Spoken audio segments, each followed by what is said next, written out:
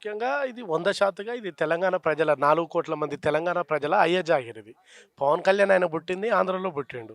అక్కడికొచ్చి ఇక్కడ తెలంగాణ ప్రజల్ని అవమానపరిచేలా, తెలంగాణ ప్రజల ఆత్మగౌరవాన్ని, వీళ్ళ అస్తిత్వాన్ని దెబ్బతీసే విధంగా ఉన్నాయి ఆయన మాటలు గూడా.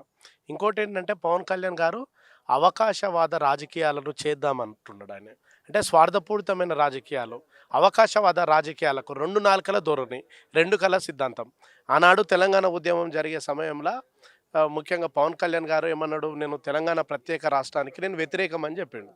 మరి అప్పుడు వ్యతిరేకమని మాట్లాడినటువంటి వ్యక్తి ఈరోజు తెలంగాణ వచ్చిన తర్వాత ఇప్పుడు తెలంగాణ ప్రజల మీద కపట ప్రేమను చూపిస్తున్నాడు. తెలంగాణలో అనేక సమస్యలున్నాయి. నేను ఈ సమస్యల మీద కూడా మాట్లాడతా. ఇక్కడ కూడా నేను ప్రశ్నిస్తా, మాట్లాడతా. నాకు ఇక్కడ భారతదేశంలో భాగంగా ఈ రాష్ట్రం ఉన్నది. అంటే దేశంలో ఒక అంతర్భాగం ఒక రాష్ట్రం. ఇక్కడికొచ్చి నేను మాట్లాడతా అంటున్నాడు.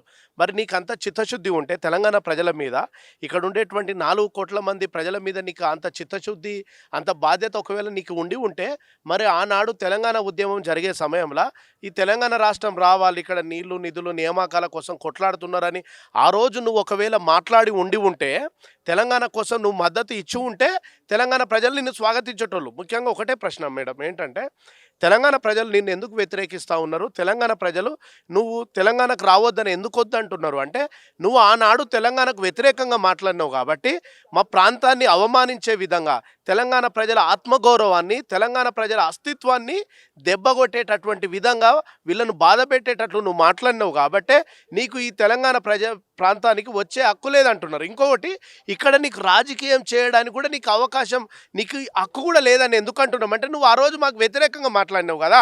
మరి నువ్వు వ్యతిరేకంగా మాట్లాడినవి నువ్వు అప్పుడు కూడా అట్లనే ఒకటే స్టాండ్ మీద ఉండాలి కదా మేడం. కాబట్టి ఆయన స్టాండ్ అనేటువంటి మారుస్తున్నాడు. తెలంగాణ ప్రజల్ని కన్విన్స్ చేయాలనుకుంటున్నాడు. మేము ఓయూ విద్యార్థులుగా, మా డిబిఎస్ఏ విద్యార్థి సంఘం పక్షాన కూడా తెలంగాణ ఉద్యమకారులుగా, విద్యార్థి ఉద్యమకారులుగా మేము చెప్తా ఉన్నాం ఏంటంటే, అయ్యా పవన్ కళ్యాణ్ గారు తెలంగాణ సమాజం మొత్తం చూస్తున్నది, దేశం మొత్తం చూస్తున్నది. పవన్ కళ్యాణ్ గారికి ఎట్లాంటి సిద్ధాంతం లేదు మేడం, ఒక ఐడియాలజీ అనేటువంటిది లేదు ఆయనకు. అంటే అవకాశవాద రాజకీయాలకు care of address Janasena party. ఆ జనసేన పార్టీలో ఉన్నటువంటి నాయకులు ఏంటంటే, సినిమా పిచ్చితోటి జనాల్ని కూడా, విద్యార్థులు చాలామంది రోబోలుగా తయారు చేసే ప్రయత్నం చేద్దాం అనుకుంటున్నారు తప్ప, ఇది ఇక్కడ తెలంగాణ ప్రాంతం చైతన్యవంతమైన గడ్డ మేడం ఇక్కడ.